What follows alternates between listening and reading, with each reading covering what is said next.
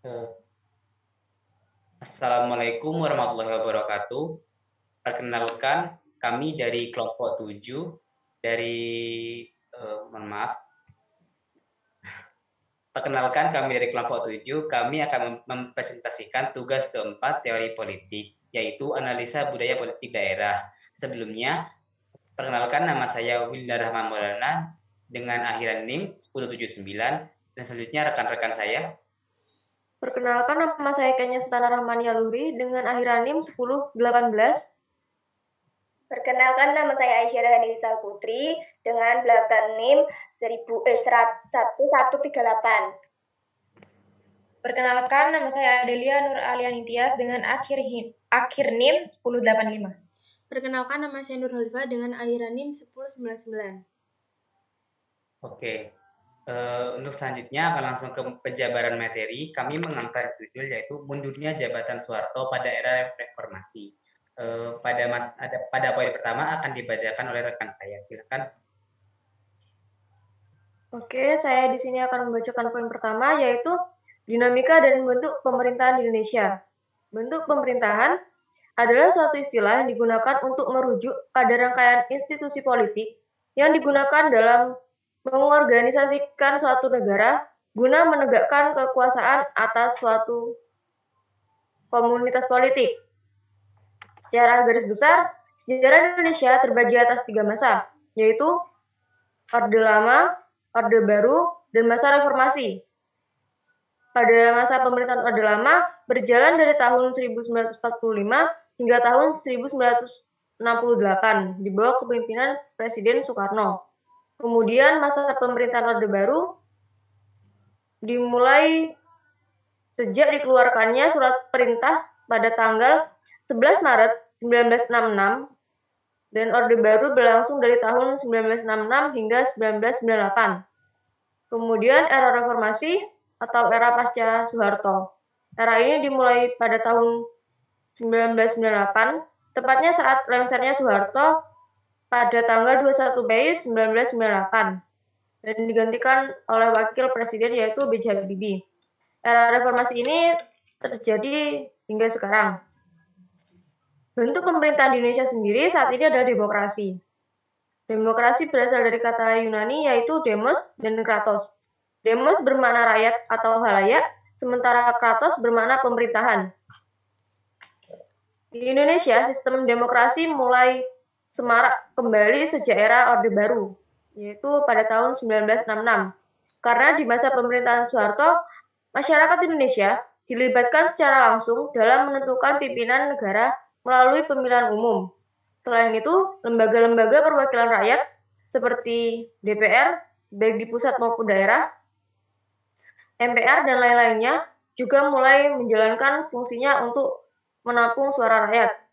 Untuk materi selanjutnya akan dilanjutkan oleh rekan saya. Oke, terima kasih. Next, Tim.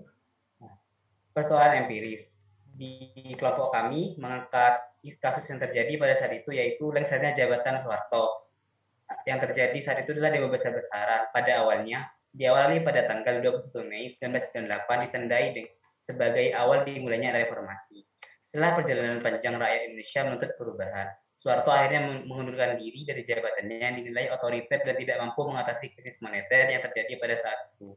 Kekuasaan Soeharto di era Orde Baru yang telah berjalan selama 32 tahun terhenti akibat keadaan ekonomi yang jatuh. Kepercayaan rakyat Indonesia terhadap pemerintah juga hilang. Demonstrasi besar-besaran terjadi dan di mana-mana dan tidak dapat dihindarkan kekacauan yang terjadi pada saat itu.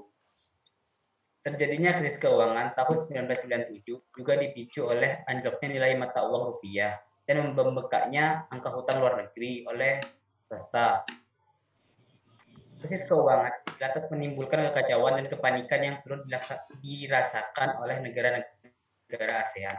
Salah satunya adalah Indonesia. Hal ini disebabkan oleh kebijakan ekonomi serta pembangunan yang dilakukan pemerintah sudah baik, tetapi tidak bersifat merata, sehingga muncul kesenjangan antara golongan kaya dan golongan miskin. Ada masalah inflasi, hutang luar negeri, dan ketimpangan. Puncaknya yakni krisis moneter di tahun 1998 yang mengakhiri 32 tahun kekuasaan Soeharto. Akibat dari goyahnya perekonomian tersebut menimbulkan aksi protes dari masyarakat, terutama dari para mahasiswa sendiri. Pada tanggal 12 Mei 1998, para mahasiswa melakukan aksi damai.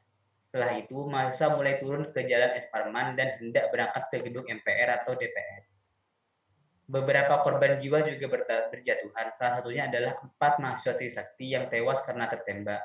Insiden tertembaknya 4 mahasiswa tersebut saat ini dikenal sebagai tragedi Trisakti, yaitu beberapa korban seperti yang kita kenal, ya nama saya juga tidak tahu, juga lupa nama korbannya.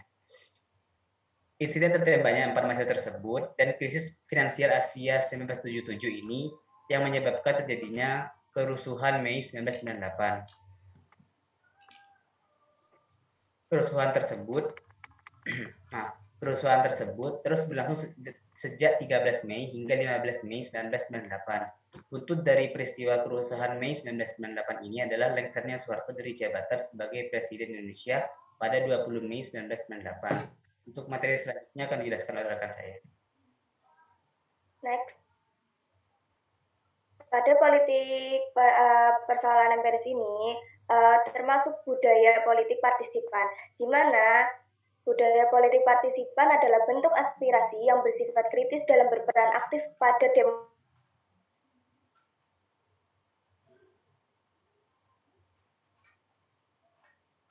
mempengaruhi beberapa hal, yaitu adanya akumulasi rasa dendam dan benci pada masyarakat Indonesia. Dikarenakan pada masa itu budaya politik Indonesia tidak mengenal sistem partai politik tunggal. Akan tetapi pada masa itu masyarakat Indonesia diwajibkan memilih partai Golkar. Padahal terdapat 3 partai politik yang berdiri pada saat itu, yaitu PKB, PDI, dan Golkar. Hal ini menyebabkan terjadinya nepotisme dan korupsi yang merajalela di Indonesia. Contohnya, pada kasus mafia Barclay pada sistem perekonomian, dan kasus Tommy Soeharto yang menguasai beberapa perusahaan BUMN. Maka dari itu, kasus-kasus tersebut mempengaruhi terjadinya demonstrasi buruh dan timbul persatuan dan kesatuan guna memperbaiki kericuan yang terjadi. Namun, peristiwa ini menimbulkan tewasnya Marsina dan mahasiswa Trisakti. Untuk solusi selanjutnya akan dijelaskan oleh Mbak Adel. Terima kasih atas waktunya. Di sini saya akan menjelaskan solusi dari masalah yang telah dijelaskan di atas tadi. Yang pertama adalah dilakukan perubahan struktur organisasi pemerintahan. Selama Orde Baru yang berkuasa dalam pemerintahan hanya satu partai itu saja. Semua posisi jabatan dalam organisasi departemen ditempati oleh kader-kader partai tersebut. Struktur organisasi tumbuh antara pejabat politik dan pejabat birokrasi. Semua organisasi pemerintah dikaburkan antara jabatan birokrasi dan jabatan politik. Sehingga diperlukan perubahan struktur organisasi kenegaraan.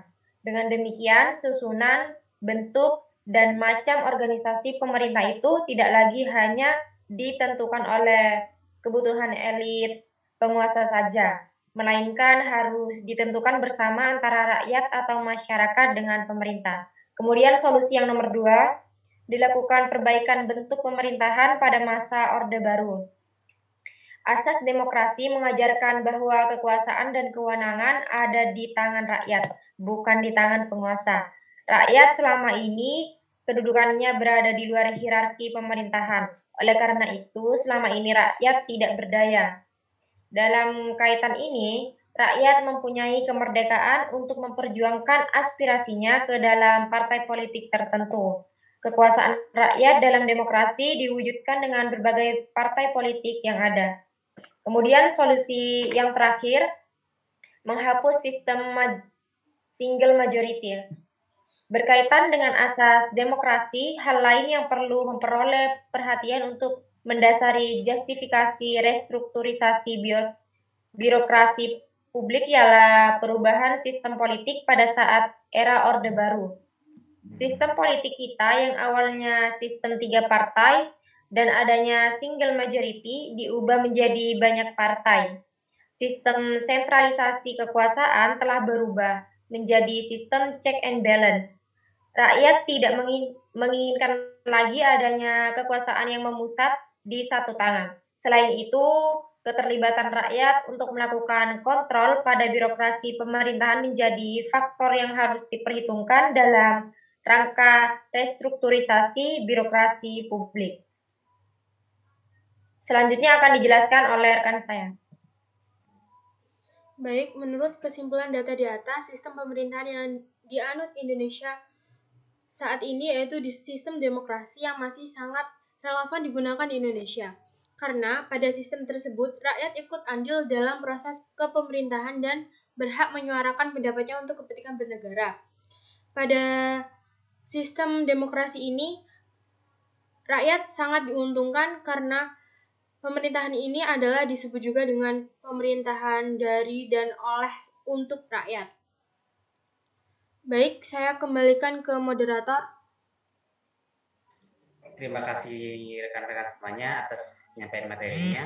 Dan sekian presentasi dari kelompok kami, kurang lebihnya mohon maaf karena banyak kekurangan dari materi. Ya, terima kasih. Assalamualaikum warahmatullahi wabarakatuh.